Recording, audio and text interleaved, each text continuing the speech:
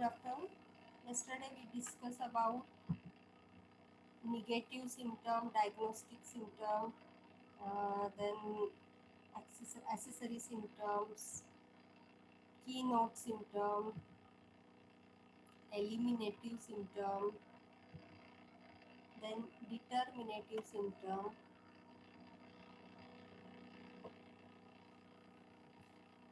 basic symptom. That is, basic symptom are nothing but the common symptom, or it is also called as generic symptom. Then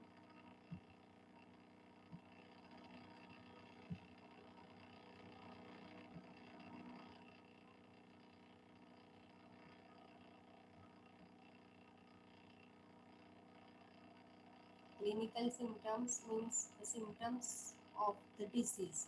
Then recurrent symptom. Symptom which return at frequent interval are called recurrent symptoms. These indicate the tendencies and constitutional dyscrasias of the individual. So, what is the constitution of the individual? Then, which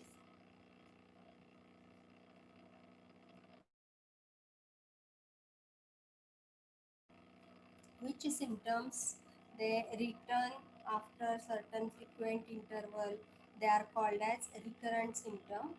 And with the help of these symptoms we can able to understand the tendency of that patient, or we can also able to understand the constitutional dyscrasias of the individual. We can find out how constitutionally that individual is. Then periodical symptom, the symptom which return at a fixed interval, at a fixed period. What is periodical? The name itself indicates that the symptom which return after certain period, it's called as periodical symptom, or after fixed interval, it is called as periodical symptom.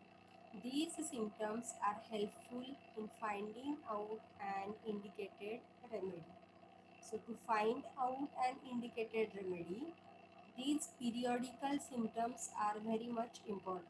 For example, there is headache every morning, or headache which increases with sun as sun rises and decreases with sunset.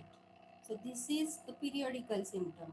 Or at 4 to 8 p.m. like lycopodium, there is symptom aggravation of every complaint at 4 to 8 p.m. So these are the periodical symptoms. These symptoms are called as periodical symptoms, means they return at a fixed interval at a fixed time, and these are helpful to find out an indicated remedy, because these periodical symptoms they help us to sort out some group of similar medicines, and out of that we can, with the help of other symptoms from that group of similars, we can able to find out the exact simile.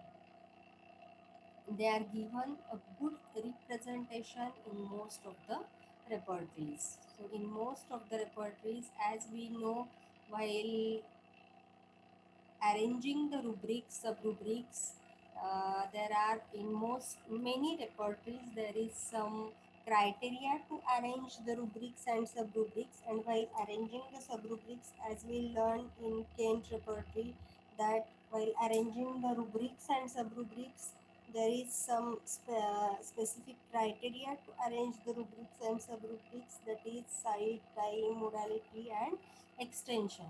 So first the remedies related to sides, in that right side, then left side it was given. Then the remedies or the aggravation related to time, it was given, means it is the periodical aggravations it was given. And in this way in many repertories it was given very well, so that we can able to easily find out the simillimum related to that time. So these are called as periodical symptoms. Then paradoxical symptom. The symptoms which are self-contradictory and opposite in nature but are found together are called paradoxical symptom.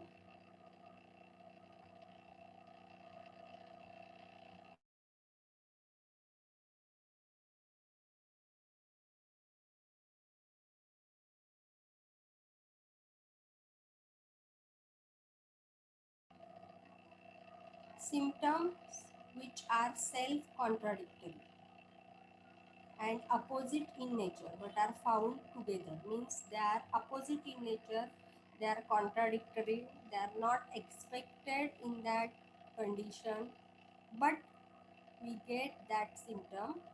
So these symptom at the same time we found these symptom together and they are called as paradoxical symptom. For example, sleepy but cannot sleep, throat pain better by swallowing solid food. So there is throat pain, as normally if there is throat pain, then the patient is not able to, or there is pain while eating or drinking anything, but as there is throat pain, then also it is better by swallowing solid food. So this symptom is called as paradoxical symptom. Or sleepy but cannot sleep. The patient want to sleep, but he was sleepy but cannot able to sleep. So these symptoms are called as paradoxical symptom, and these are also known as contradictory symptoms. Means as there is throat pain, but then also it was better by swallowing solid food. So this is the contradictory thing, this is the opposite thing than our expectation. So these symptoms are also called as paradoxical as well as contradictory symptom.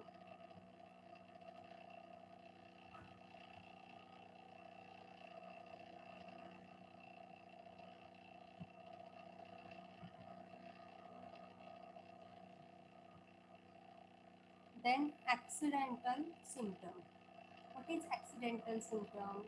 These symptoms which we found prominently in person but do not fit into the totality are known as accidental symptom. Means the symptoms which we found in the person but we cannot fit that symptom into the totality. That symptom is called as accidental symptom. These are present by chance and do not help either in understanding the phenomena of disease or in forming a totality. So these symptoms occasionally we can get, or these symptoms are present by chance, not necessary every time we can get such symptoms which do not fit into the totality, but occasionally, accidentally, by chance, we can found such symptom and do not help either in understanding the phenomena of disease or in forming the totality. And these symptoms are the symptoms which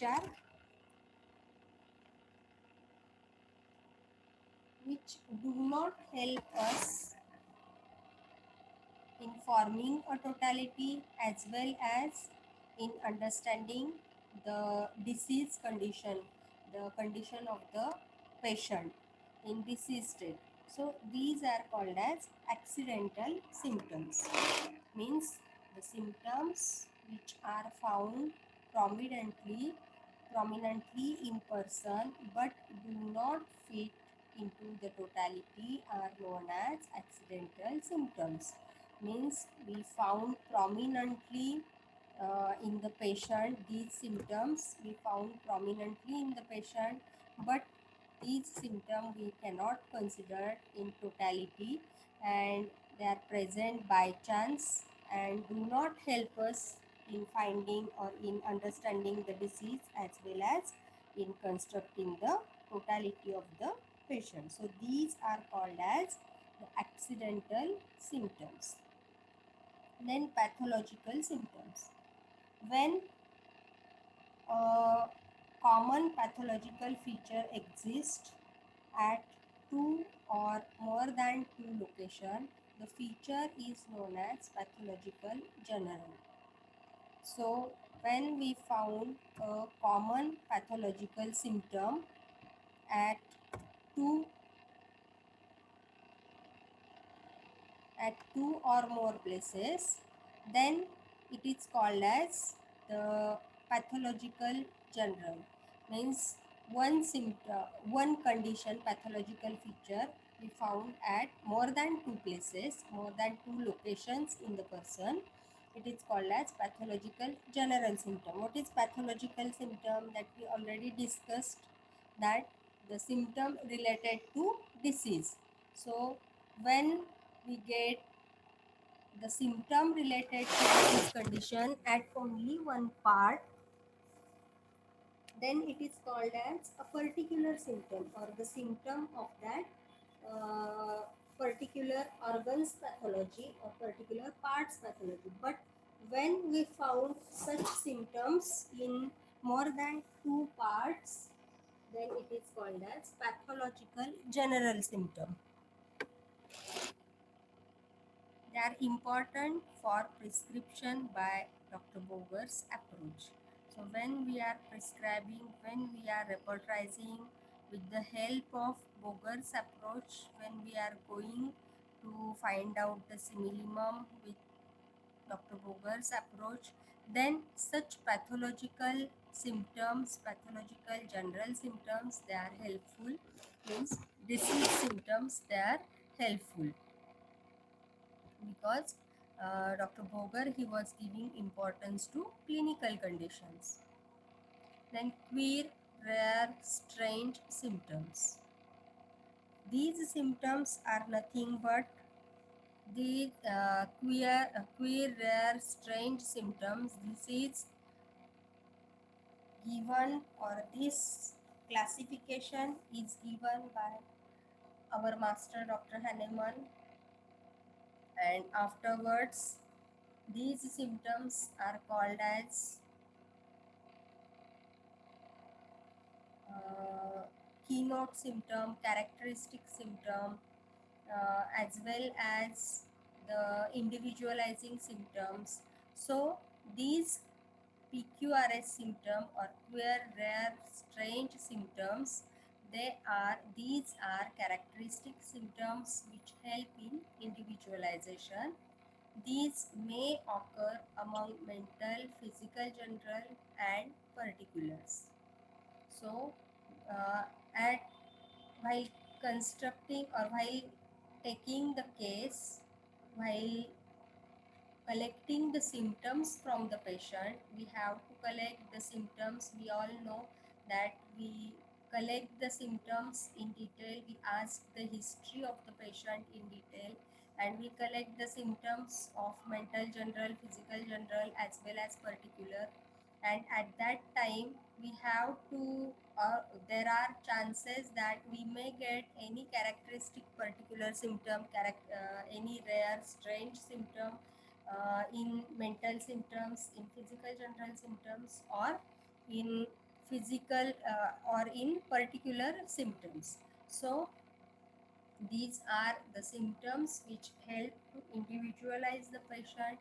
These are the symptoms which help uh, to characterize or it help to find out the exact simillimum with the help of these symptoms. These symptoms are also called as keynote symptoms,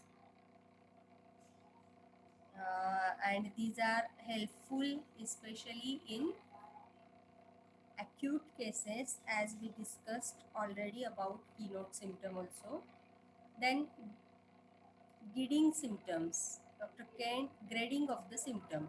Dr. Kent has described symptoms in three grades. As we all know, how many grades are given in Kent repertory, how many grades are given by Dr. Boning Hussain in BTPB, that there are three grades in Kent repertory, there are five grades in BTPB. So in Kent repertory, the first concept of gradation to the medicines, it was introduced by our by Dr. Boni Hussain, and then all other homeopaths who construct their own repertory, they also follow that concept of gradation of medicines, as well as some homeopaths they also graded the symptoms.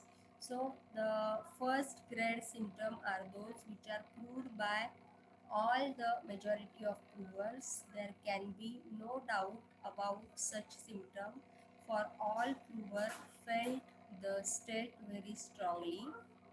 Then second grade symptom are those which are brought out by a few of the provers.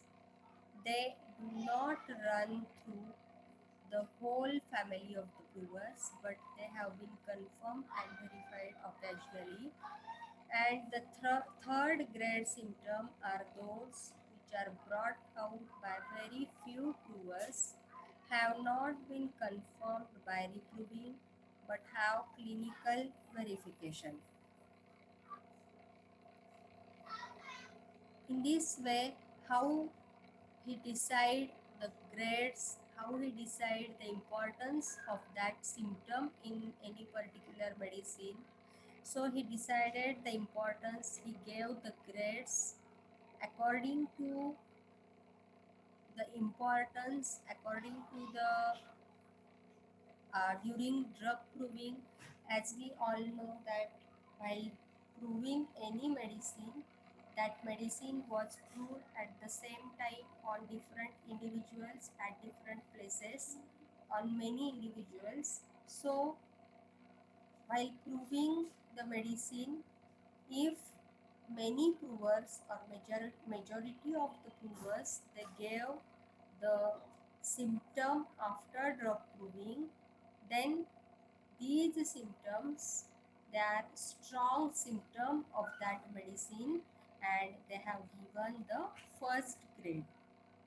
Then the second grade symptoms are, the second grade it was given by Dr. Kent, that the symptoms which do not run through the whole of the family of the provers, means as the first grade symptoms it was given by most of the majority of the provers, in the same way these second grade symptoms they are given by most of the provers, and they have been confirmed and verified occasionally. While uh, in the clinics, when we gave that medicine for that symptom, then it was confirmed that this symptom is related to that medicine, and it was verified also. But it was confirmed and verified occasionally. Then the third grade symptoms, they are given during drug proving by few provers, and it was not been confirmed by reproving, but have clinical verification. Hence, they are also known as clinical symptom. Many times during drug proving, the provers they do not give these symptoms. During reproving also, it was not confirmed, but in the clinics when the medicine was given, then we found the results after giving that medicine. So in the third grade symptoms we found the clinical verification, and hence these are also called as clinical symptoms, because during drug proving we cannot get these symptoms, but in the clinics it was verified frequently, so it is called as, also called as clinical symptoms. A lot of Boni-Hussein's fourth grade symptom really belong to the third grade. So in Dr. Boni-Hussein's repertory, as we know, there are 5 grades, and the fourth grade symptom in Boni-Hussein's repertory, it is It belongs to the third grade symptom in Kent's repertory. Means these are also the clinical symptoms. They are also we found during they are verified clinically, and we cannot get these symptoms during drug review. So this is all about the symptomatology. We will revise from first. So once again, so what is symptomatology? First, what is symptom? Symptoms are outward reflection of an internal derangement of vital force. When there is some internal derangement, then definitely it was reflected outwardly in the form of symptoms, signs and symptoms. So the symptoms are nothing but there is some internal derangement at the vital level. Then there are different type of symptoms. First one we discussed, that is subjective symptom, which is felt by the patient himself and no other person, as he was the physician, he was the relative, bystander, friend. No one felt these symptoms. These are only felt by the patient. These are called subjective symptom. Then the objective symptom, these are the symptoms which are perceptible to the patient, bystanders and physician also. And these symptoms, the objective symptoms, they are also known as sign. These perceptible changes are sure sign of disease and do not mislead the physician. So these symptoms are the sure sign, the exact sign of the disease. Then common symptom. These are the symptoms which are present in many persons suffering from the same disease condition. For example, breathlessness is common symptom in acute exacerbation of asthma, headache, body ache.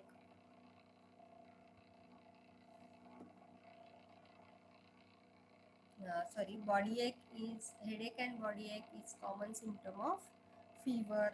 So in this way, these are the common symptoms. Then uncommon symptom. These are the symptoms which drawn our attention because they stand out in group of symptom. They are also known as characteristic symptom and help in individualizing a person. They are called as uncommon symptom, also called as characteristic symptom, or the symptoms which help to individualize the patient. Then general symptom. These are the symptoms that are predicated of the patient himself. These symptoms give information pertaining to the whole patient. Generals are expression of the whole patient at the physical and mental level, and these can be mental general and physical general. Then particular symptoms. All the symptoms that are of predicated of any given organ or are particular symptom, any given organ or any system, these are called as particular symptom, which pertain to a part and do not represent the whole person. The more they related to the anatomy of the part, the more they become unimportant for homeopathy prescribing.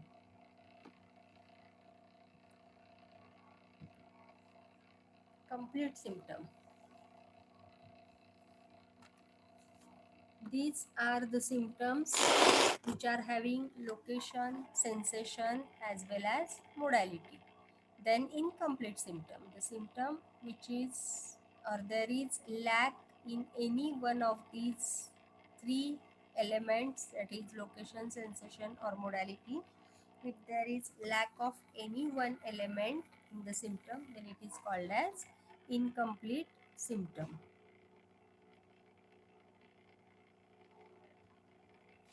Then chief symptom, these are the symptoms which compel a patient to seek the help of the patient. While giving history, the patient mention these symptoms first, and most of the time these symptoms are common symptom and they help the physician to diagnose the case. Then concomitant symptom, these are those symptoms which accompany or associated with the chief complaint. In majority of cases, it is noticed that patients do not mention these symptoms, considering them insignificant. According to patient, these symptoms are insignificant and they are not related to the chief complaint. So the patient, they do not describe or they do not mention these symptoms while narrating their complaints or while giving their history of the disease. These are called as concomitant symptoms. Then recent symptoms. The symptoms which have surfaced or available as a later development in chronic case. This division is done on basis of time and progress in chronic disease for of long standing. Recent symptoms indicate the trend and direction of the forward movement of the disease. So with the recent symptom, we can able to understand what is the trend of the disease, what is the how the disease is progressing, or the condition of the patient is progressing or regressing. The disease is, what is the exact condition of the disease or state of the disease. So recent symptoms are also important to know the exact movement of the disease, and so they have given importance when selecting the symptom. Then old symptoms, that these symptoms are the symptoms which are present at the beginning of the disease stage when the patient is healthy, and when he becomes sick or diseased, at that time which symptom appear first, that's called as old symptoms. And there are many times not, we cannot get these symptoms easily due to lack of observation and understanding the significance of these symptoms by patient. But these symptoms are help us to know the original unmodified picture of the disease. Know the original unmodified picture of the disease. These old symptoms are very much helpful. And nomenclature of symptom in homeopathic. Uh, in homeopathy, the symptoms are given different names, and how they are named differently. That is pathognomic symptom. These are the specific and characteristic symptom of the given disease or clinical condition. Means that it is pathognomic symptoms are nothing but the symptoms of the disease or symptoms of the clinical condition. They are also known as pathognostic symptom also. Then determinative symptom. These are nothing but the characteristic symptom which help to select the finally, which help to find out or select finally the indicated remedy or the simillimum. These, according to Dr. Bori, the Borix, these are this concept was given by Dr. Borix. So these are called as Borix determinative symptom and are nothing but or are equivalent or similar to Kent's characteristic symptoms. Then basic symptoms. These are also called as the common symptoms or generic symptoms. These are the common symptoms of the clinical condition, the disease condition, whatever the patient was suffering. So these are the symptoms of that clinical condition, common symptoms of that clinical condition, and they help to understand the or diagnose the disease. To understand the disease condition, these symptoms are helpful.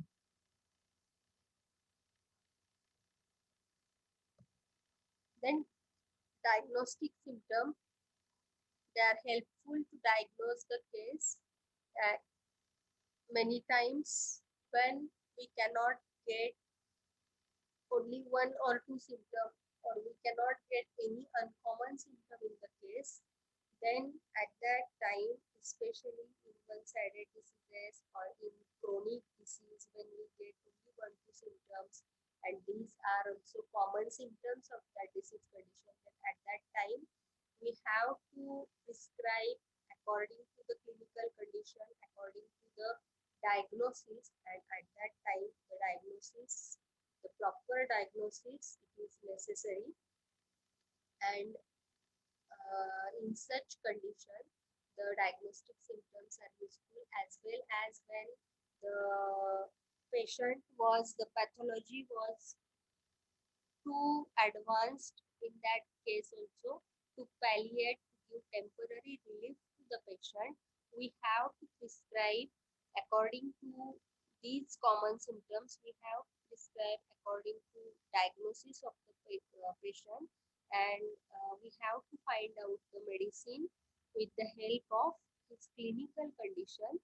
And so these symptoms are helpful to in such cases. So these are the diagnostic symptoms which help for diagnose the case or disease condition. Then negative symptoms. The symptoms which are expected to be present in a case but remain absent are called negative symptoms. Means we expect these symptoms should be there, but we cannot find these symptoms in that case. So these symptoms are called as negative symptoms. Then accessory symptoms, a long standing symptoms which the patient thinks is a part and parcel of his normal functioning is called an accessory symptom. These are